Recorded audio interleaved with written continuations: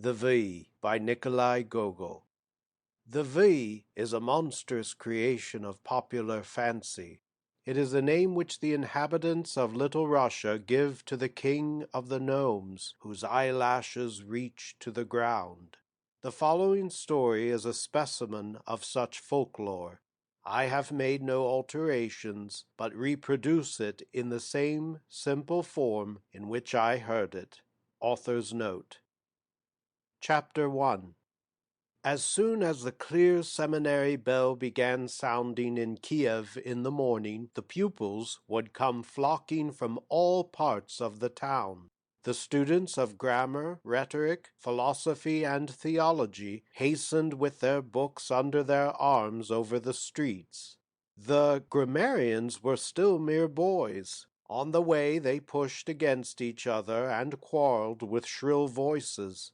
Nearly all of them wore torn or dirty clothes, and their pockets were always crammed with all kinds of things: push bones, pipes made out of pens, remains of confectionery, and sometimes even young sparrows. The latter would sometimes begin to chirp in the midst of deep silence in the school, and bring down on their possessors severe canings and thrashings. The rhetoricians walked in a more orderly way. Their clothes were generally untorn, but on the other hand their faces were often strangely decorated. One had a black eye, and the lips of another resembled a single blister, etc. These spoke to each other in tenor voices. The philosophers talked in a tone an octave lower. In their pockets they only had fragments of tobacco, never whole cakes of it, for what they could get hold of they used at once. They smelt so strongly of tobacco and brandy that a workman passing by them would often remain standing and sniffing with his nose in the air like a hound. About this time of day the market-place was generally full of bustle, and the market women, selling rolls, cakes, and honey-tarts, plucked the sleeves of those who wore coats of fine cloth or cotton. Young sir, here, here," they cried from all sides. "Rolls and cakes and tasty tarts, very delicious. I have baked them myself."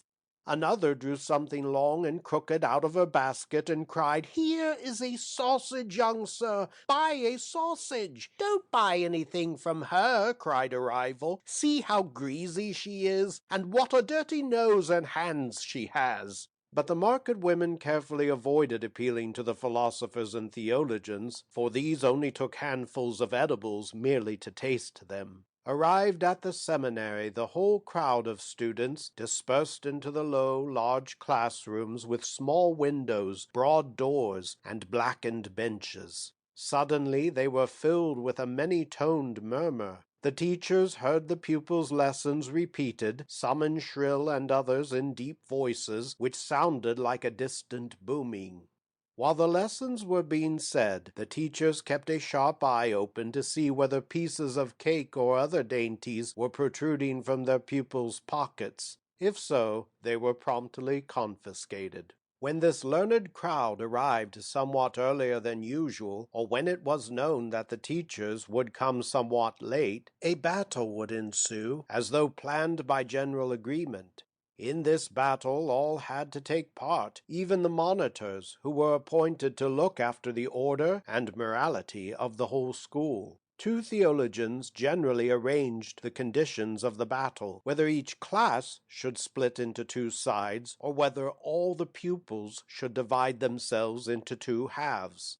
In each case the grammarians began the battle, and after the rhetoricians had joined in, the former retired and stood on the benches in order to watch the fortunes of the fray. Then came the philosophers with long black mustaches, and finally the thick-necked theologians. The battle generally ended in a victory for the latter, and the philosophers retired to the different classrooms, rubbing their aching limbs and throwing themselves on the benches to take breath. When the teacher, who in his own time had taken part in such contests, entered the classroom, he saw by the heated faces of his pupils that the battle had been very severe, and while he caned the hands of the rhetoricians, in another room another teacher did the same for the philosophers. On Sundays and festival days, the seminarists took puppet theaters to the citizens' houses. Sometimes they acted a comedy, and in that case it was always a theologian who took the part of the hero or heroine, Potiphar or Herodias, etc. As a reward for their exertions, they received a piece of linen, a sack of maize, half a roast goose, or something similar. All the students, lay and clerical, were very poorly provided with means for procuring themselves necessary subsistence, but at the same time very fond of eating, so that, however much food was given to them, they were never satisfied, and the gifts bestowed by rich landowners were never adequate for their needs. Therefore the commissariat committee, consisting of philosophers and theologians, sometimes dispatched the grammarians and rhetoricians under the leadership of a philosopher, themselves sometimes joining in the expedition, with sacks on their shoulders into the town in order to levy a contribution on the flesh-pots of the citizens, and then there was a feast in the seminary. The most important event in the seminary year was the arrival of the holidays. These began in July, and then generally all the students went home. At that time all the roads were thronged with grammarians, rhetoricians, philosophers, and theologians. He who had no home of his own would take up his quarters with some fellow student's family. The philosophers and theologians looked out for tutors' posts, taught the children of rich farmers, and received for doing so a pair of new boots, and sometimes also a new coat. A whole troop of them would go off in close ranks like a regiment. They cooked their porridge in common, and encamped under the open sky. Each had a bag with him containing a shirt and a pair of socks. The theologians were especially economical. In order not to wear out their boots too quickly, they took them off and carried them on a stick over their shoulders, especially when the road was very muddy. Then they tucked up their breeches over their knees and waded bravely through the pools and puddles. Whenever they spied a village near the highway, they at once left it, approached the house which seemed the most considerable, and began with loud voices to sing a psalm. The master of the house, an old Cossack engaged in agriculture, would listen for a long time with his head propped in his hands, then with tears on his cheeks say to his wife, "What the students are singing sounds very devout. Bring out some lard and anything else of the kind we have in the house." After thus replenishing their stores, the students would continue their way. The farther they went, the smaller grew their numbers, as they dispersed to their various houses, and left those whose homes were still farther on. On one occasion, during such a march, 3 students left the main road in order to get provisions in some village, since their stock had long been exhausted. This party consisted of the theologian Halava, the philosopher Thomas Brutus, and the rhetorician Tiberius Gorobetz. The first was a tall youth with broad shoulders and of a peculiar character. Everything which came within reach of his fingers he felt obliged to appropriate. Moreover, he was of a very melancholy disposition, and when he had got intoxicated, he hid himself in the most tangled thickets, so that the seminary officials had the greatest trouble in finding him. The philosopher Thomas Brutus was a more cheerful character. He liked to lie for a long time on the same spot and smoke his pipe, and when he was merry with wine, he hired a fiddler and danced the tropak. Often he got a whole quantity of beans, i.e. thrashings, but these he endured with complete philosophic calm, saying that a man cannot escape his destiny. The rhetorician Tiberius Gorobetz had not yet the right to wear a mustache, to drink brandy, or to smoke tobacco. He only wore a small crop of hair, as though his character was at present too little developed. To judge by the great bumps on his forehead, with which he often appeared in the classroom, it might be expected that some day he would be a valiant fighter. Chalava and Thomas often pulled his hair as a mark of their special favor, and sent him on their errands. Evening had already come when they left the high road. The sun had just gone down, and the air was still heavy with the heat of the day. The theologian and the philosopher strolled along, smoking in silence, while the rhetorician struck off the heads of the thistles by the wayside with his stick. The way wound on through thick woods of oak and walnut. Green hills alternated here and there with meadows. Twice already they had seen cornfields, from which they concluded that they were near some village. But an hour had already passed, and no human habitation appeared. The sky was already quite dark, and only a red gleam lingered on the western horizon. "The deuce," said the philosopher Thomas Brutus, "I was almost certain we would soon reach a village." The theologian still remained silent, looked round him, then put his pipe again between his teeth, and all three continued their way. "Good heavens!" exclaimed the philosopher, and stood still. "Now the road itself is disappearing." "Perhaps we shall find a farm farther on," answered the theologian, without taking his pipe out of his mouth. Meanwhile the night had descended. Clouds increased the darkness, and according to all appearance there was no chance of moon or stars appearing. The seminarists found that they had lost the way altogether. After the philosopher had vainly sought for a footpath, he exclaimed, "Where have we got to?" The theologian thought for a while and said, "Yes, it is really dark." The rhetorician went on one side, lay on the ground, and groped for a path, but his hands encountered only foxholes. All around lay a huge steppe, over which no one seemed to have passed. The wanderers made several efforts to get forward, but the landscape grew wilder and more inhospitable. The philosopher tried to shout, but his voice was lost in vacancy. No one answered. Only some moments later they heard a faint groaning sound, like the whimpering of a wolf. "Curse it all, what shall we do?" said the philosopher. "Why, just stop here, and spend the night in the open air," answered the theologian. So saying, he felt in his pocket, brought out his timber and steel, and lit his pipe. But the philosopher could not agree with this proposal. He was not accustomed to sleep till he had first eaten 5 pounds of bread and 5 of dripping, and so he now felt an intolerable emptiness in his stomach. Besides, in spite of his cheerful temperament, he was a little afraid of the wolves. "No, Chalava," he said, "that won't do. To lie down like a dog and without any supper? Let us try once more. Perhaps we shall find a house, and the consolation of having a glass of brandy to drink before going to sleep." At the word brandy, the theologian spat on one side and said, "Yes, of course, we cannot remain all night in the open air." The students went on, and to their great joy they heard the barking of dogs in the distance. After listening a while to see from which direction the barking came, they went on their way with new courage, and soon espied a light. "A village! By heavens, a village!" exclaimed the philosopher. His supposition proved correct.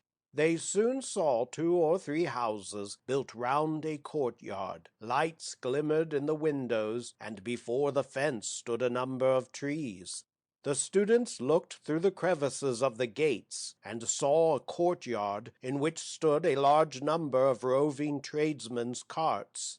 In the sky there were now fewer clouds, and here and there a star was visible. "See, brother," one of them said, "we must now cry halt. Cost what it may, we must find entrance and a night's lodging." The 3 students knocked together at the gate, and cried, "Open!" The door of one of the houses creaked on its hinges, and an old woman wrapped in a sheepskin appeared. "Who is there?" she exclaimed, coughing loudly. "Let us spend the night here, mother. We have lost our way. Our stomachs are empty, and we do not want to spend the night out of doors." "But what sort of people are you?" "Quite harmless people, the theologian Halava, the philosopher Brutus, and the rhetorician Gorobets."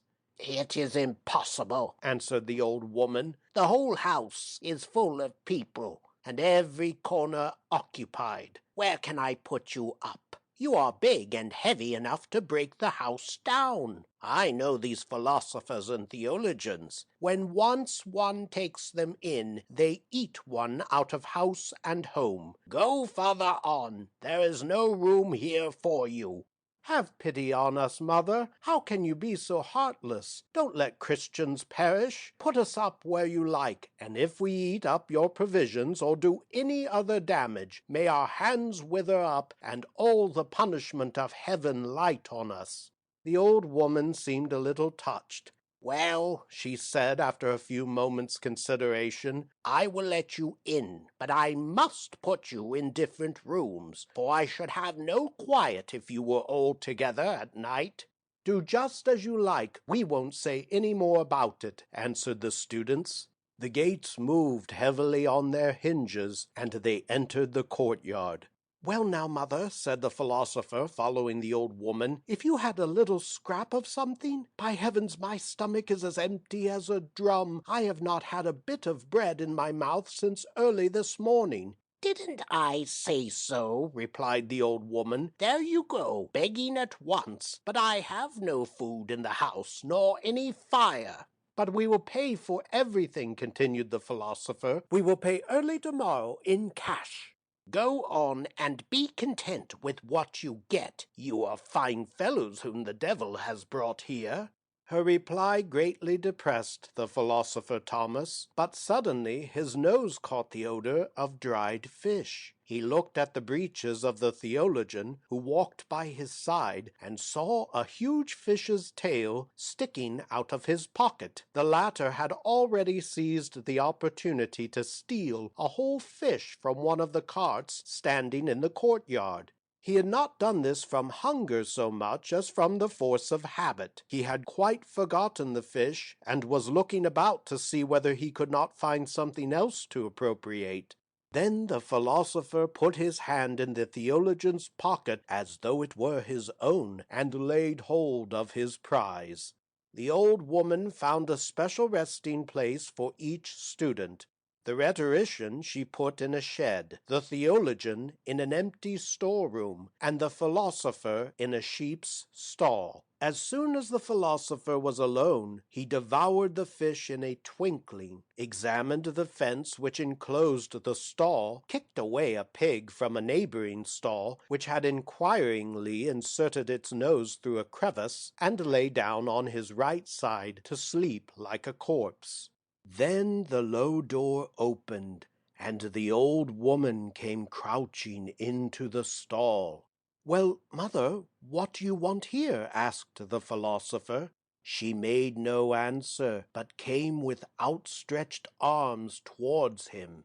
The philosopher shrank back, but she still approached, as though she wished to lay hold of him. A terrible fright seized him, for he saw the old hag's eyes sparkle in an extraordinary way. "Away with you, old witch! Away with you!" he shouted, but she still stretched her hands after him. He jumped up in order to rush out, but she placed herself before the door, fixed her glowing eyes upon him, and again approached him. The philosopher tried to push her away with his hands, but to his astonishment he found that he could neither lift his hands nor move his legs, nor utter an audible word. He only heard his heart beating, and saw the old woman approach him, place his hands crosswise on his breast, and bend his head down. Then, with the agility of a cat, she sprang on his shoulders, struck him on the side with a broom, and he began to run like a racehorse, carrying her on his shoulders. All this happened with such swiftness that the philosopher could scarcely collect his thoughts. He laid hold of his knees with both hands in order to stop his legs from running, but to his great astonishment they kept moving forward against his will, making rapid springs like a Caucasian horse. Not till the house had been left behind them, and a wide plain stretched before them, bordered on one side by a black, gloomy wood, did he say to himself, "Ah, it is a witch!" The half-moon shone pale and high in the sky. Its mild light, still more subdued by intervening clouds, fell like a transparent veil on the earth. Woods, meadows, hills, and valleys all seemed to be sleeping with open eyes. Nowhere was a breath of air stirring. The atmosphere was moist and warm. The shadows of the trees and bushes fell sharply defined on the sloping plain. Such was the night through which the philosopher Thomas Brutus sped with his strange rider. A strange, oppressive, and yet sweet sensation took possession of his heart. He looked down and saw how the grass beneath his feet seemed to be quite deep and far away. Over it there flowed a flood of crystal clear water, and the grassy plain looked like the bottom of a transparent sea. He saw his own image, and that of the old woman whom he carried on his back, clearly reflected in it. Then he beheld how, instead of the moon, a strange sun shone there. He heard the deep tones of bells, and saw them swinging. He saw a water nixie rise from the bed of tall reeds. She turned to him, and her face was clearly visible, and she sang a song which penetrated his soul. Then she approached him, and nearly reached the surface of the water, on which she burst into laughter, and again disappeared.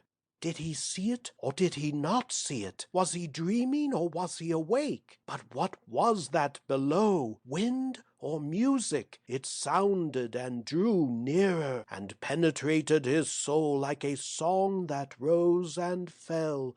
What is it, he thought, as he gazed into the depths, and still sped rapidly along. The perspiration flowed from him in streams. He experienced simultaneously a strange feeling of oppression and delight in all his being.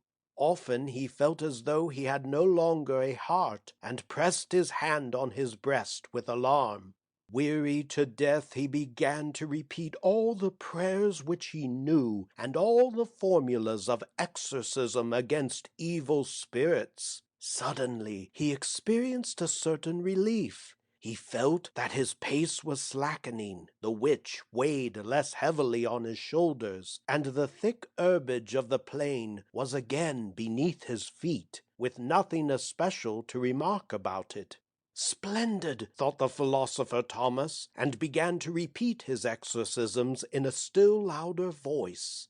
Then suddenly he wrenched himself away from under the witch, and sprang on her back in his turn. She began to run with short, trembling steps indeed, but so rapidly that he could hardly breathe. So swiftly did she run that she hardly seemed to touch the ground.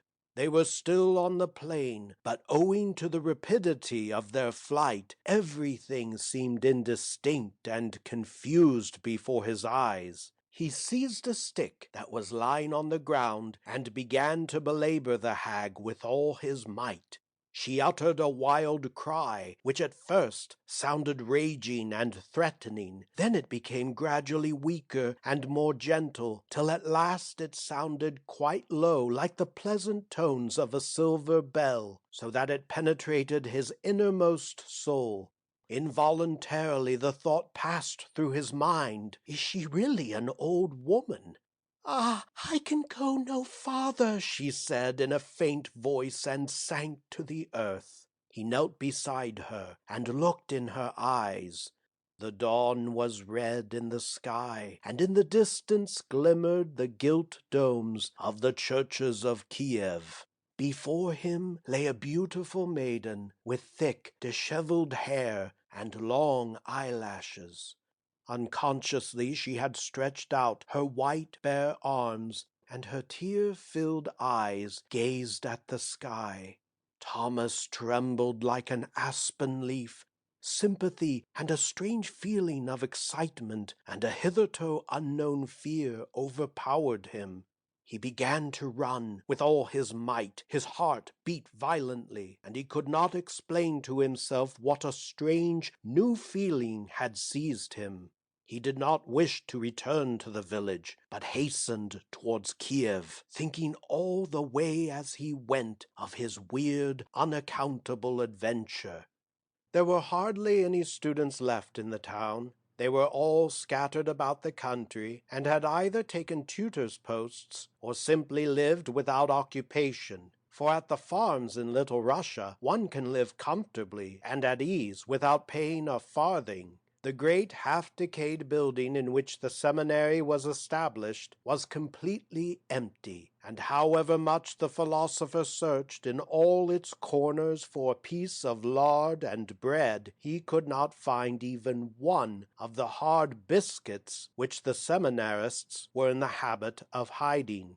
But the philosopher found a means of extricating himself from his difficulties by making friends with a certain young widow in the market-place who sold ribbons, etc.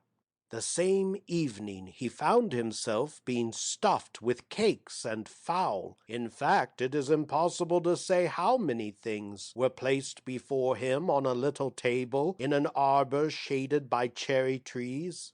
Later on the same evening, the philosopher was to be seen in an ale-house. He lay on a bench, smoked his pipe in his usual way, and threw the Jewish publican a gold piece. He had a jug of ale standing before him, looked on all who went in and out in a cold-blooded, self-satisfied way, and thought no more of his strange adventure.